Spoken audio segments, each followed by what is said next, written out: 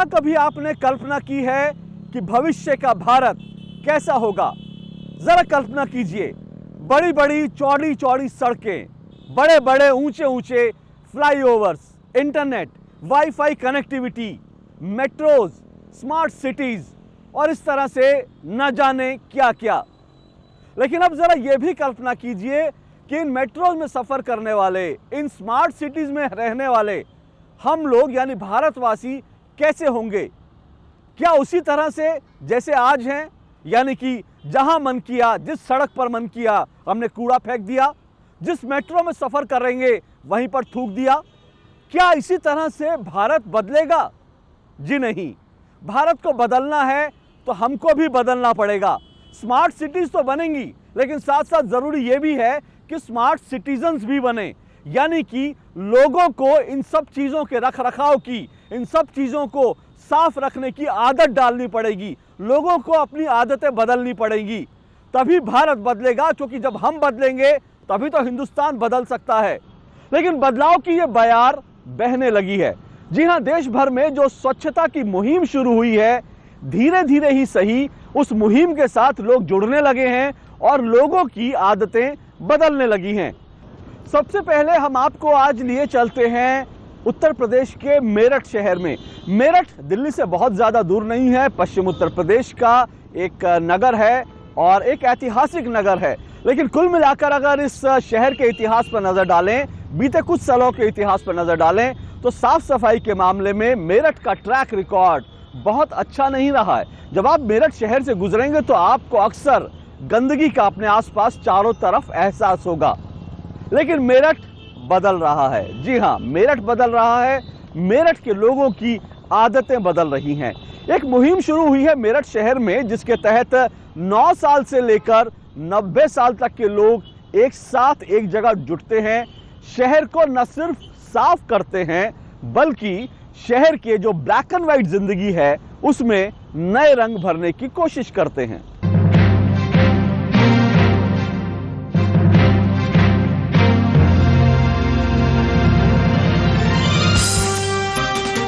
ये है फावड़ा ब्रिगेड और इसके साथ ही बुझी बुझी सी दिखती इन दीवारों पर अपने हुनर से जान डालती ये है आर्ट एंड पेंटिंग ब्रिगेड।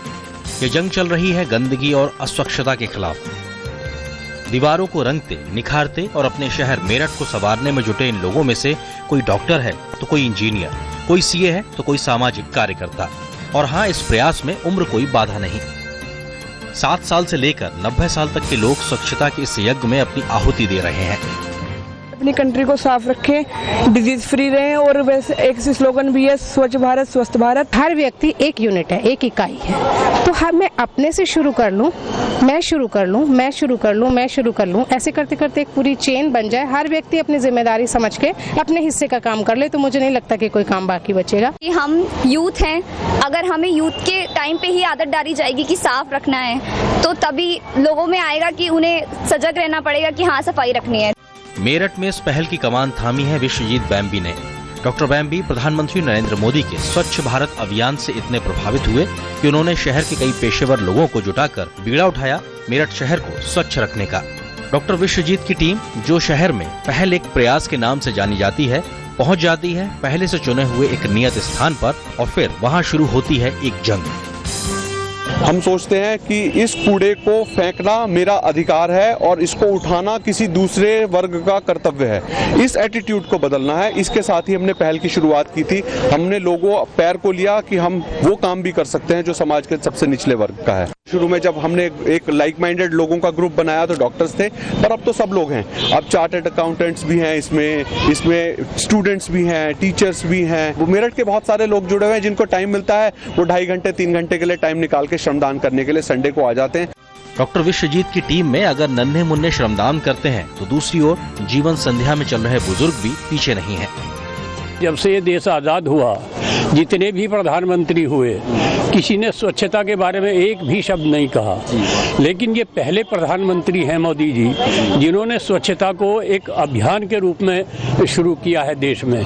तो ये एक बहुत बड़ी प्रेरणा लोगों को भी, हमें भी इस काम को करने के लिए प्रेरित करती है। स्वच्छ भारत स्वस्थ भारत अभियान का जब प्रधानमंत्री ने आगाज किया, तब हर आम और खास में चेतना आई और ये चेतना थी अपने आसपास के परिवेश को स्वच्छ रखने की। पहल एक प्रयास में जिसका जितना सामर्थ्य है वो अपनी अपनी जिम्मेदारी बखूबी निभा रहा है। ये पूरे भारतवर्ष के हर व्यक्ति का कर्तव्य है कि भी मैंने साफ रखना है। अगर हर आदमी अपने घर की सफाई का, नजदीक की सफाई का भी ध्यान रखे, हर आदमी सफाई रखे अपने घर, तो देश अपने आप स्वच्छ हो जाएगा। इस संस्था के मेरठ शहर को साफ रखने के प्रयास में महापौर मेरठ और छावनी परिषद के मुख्य कार्यकारी अधिकारी ने अपना पूरा सहयोग और समर्थन देने का आश्वासन दिया है। माननीय प्रधानमंत्री जी ने एक स्वच्छ भारत अभियान जो चलाया है, उसमें हमने एक 3 साल की योजना बनाई है। उसमें पिछले 6 महीने से काफ़ी काम हुआ है और उस योजना के तहत इसको पूरी तरह 100% नीट एंड क्लीन बनाना है हमें। हमारे प्रधानमंत्री जी का स्वच्छ भारत अभियान है, उसमें इनका बहुत ज़बरदस्त इस मेरठ महानगर के लिए सहयोग है। इनको कोई सपोर्ट, किसी तरह की कोई सपोर्ट ऐसी नहीं है। ये सब अपने हमारे डॉक्टर विश्वजीत बेम्बी साहब के नेतृत्व में मेरठ महानगर के सभी सम्मानित डॉक्टर्स और भी यहाँ के सम्मानित नागरिक इनके साथ जुड़े हुए हैं। ये अपने अंदर, इनके अंदर ये एक स्वच्छता की भावना जागृत हुई है। आज गंदगी के खिलाफ लड़ी जा रही इस जंग में जन भागीदारी अत्यंत आवश्यक है और यदि समाज का हर व्यक्ति अपनी जिम्मेदारी का निर्वहन करे तो वो दिन दूर नहीं जब महात्मा गांधी और प्रधानमंत्री मोदी का सपनों का स्वच्छ भारत जल्द ही वास्तविकता में बदल जाएगा।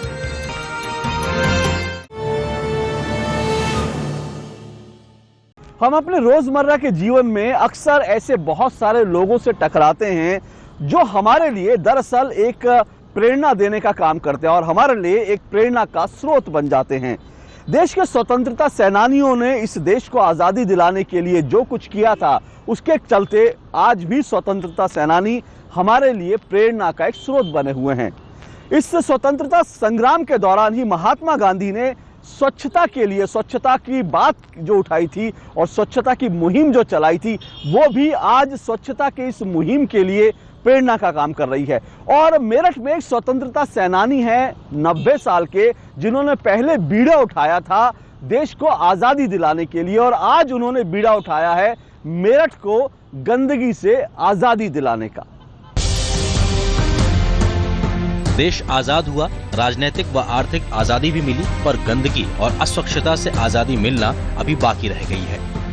आज जंग का मैदान बदल गया है। आज लड़ाई झाड़ू और फावड़े से लड़ी जा रही है। ये हैं कृष्ण कुमार खन्ना, जो इस उम्र में भी अस्वच्छता के खिलाफ चल रहे इस आंदोलन की रणभेरी थामे खड़े हैं। गांधी जी का ये सिपाही छड़ी के सहारे चलता है। यदा कदा हाथ कांपने भी लगते हैं, पर जो जज्बा गुलामी की बेड़ियों को तोड़कर देश को आजाद कराने का था, वही जोशो खरोश आज भी कायम है। लेकिन ये लड़ाई है गंदगी के खिलाफ। मेरे साथ हैं 90 वर्ष के युवा स्वतंत्रता सेनानी कृष्ण कुमार खन्ना जी। खन्ना जी ने एक जंग लड़ी गुलामी के खिलाफ और ये एक जंग आज लड़ रहे हैं अस्वच्छता के खिलाफ। आइए इन्हीं से जानते हैं कि इस उम्र में वो कौन सा जज्बा है जो उन्हें साफ सफाई के प्रति इतना प्रेरित किया हुआ है। हम गांधी जी के संपर्क में रहे और उनकी प्रेरणा से फ्री इंडिया, क्विट इंडिया की मूवमेंट में भी गए और गांधी अभी तक हमारे अंदर जिंदा है। गांधी मरा नहीं। जो लोग क्या गांधी मर गया, जो गांधी मरा नहीं, वो लोगों के अंदर कईयों का जिंदा है। हमें वही जज्बा प्रेरणा दे रहा है। शरीर साथ कम देता है, पर कहते हैं कि जब तक आखिरी सांस है तब तक गंदगी के खिलाफ ही लड़ाई जारी रखेंगे। चाहे गंदी दीवारों को नई शक्ल देने की कोशिश हो या फिर युवाओं का उत्साह बढ़ाना, के खन्ना आज भी पीछे नहीं है। मोदी जी ने स्वच्छता अभियान का आगाज किया, कहते हैं कि हर जगह पूरा देश स्वच्छ हो, उसको आप कैसे देखते हैं? मोदी जी ने ये काम बड़ा अच्छा शुरू किया है। जवाहरलाल, जिसने लोगों के हृदय पे राज किया, गुलजारी लाल नंदा कई बार बना मिनिस्टर और भी कई मिनिस्टर बने, किसी ने काम नहीं किया। सफाई का काम इसने पहले शुरू किया है, इसलिए ये काम बहुत अच्छा है। के खन्ना जैसी शख्सियत प्रेरणा है हर उस शख्स के लिए जो चाहता है कि उसका देश स्वच्छ रहे, स्वस्थ रहे। और गांधी के सिपाही का संदेश यही है कि यदि दृढ़ इच्छा, शक्ति और कुछ कर गुजरने की चाह हो तो आदमी ना तो उम्र का मोहताज है और ना ही संसाधनों का। मेरठ से तुमुल गोकर की रिपोर्ट, डीडी न्यूज।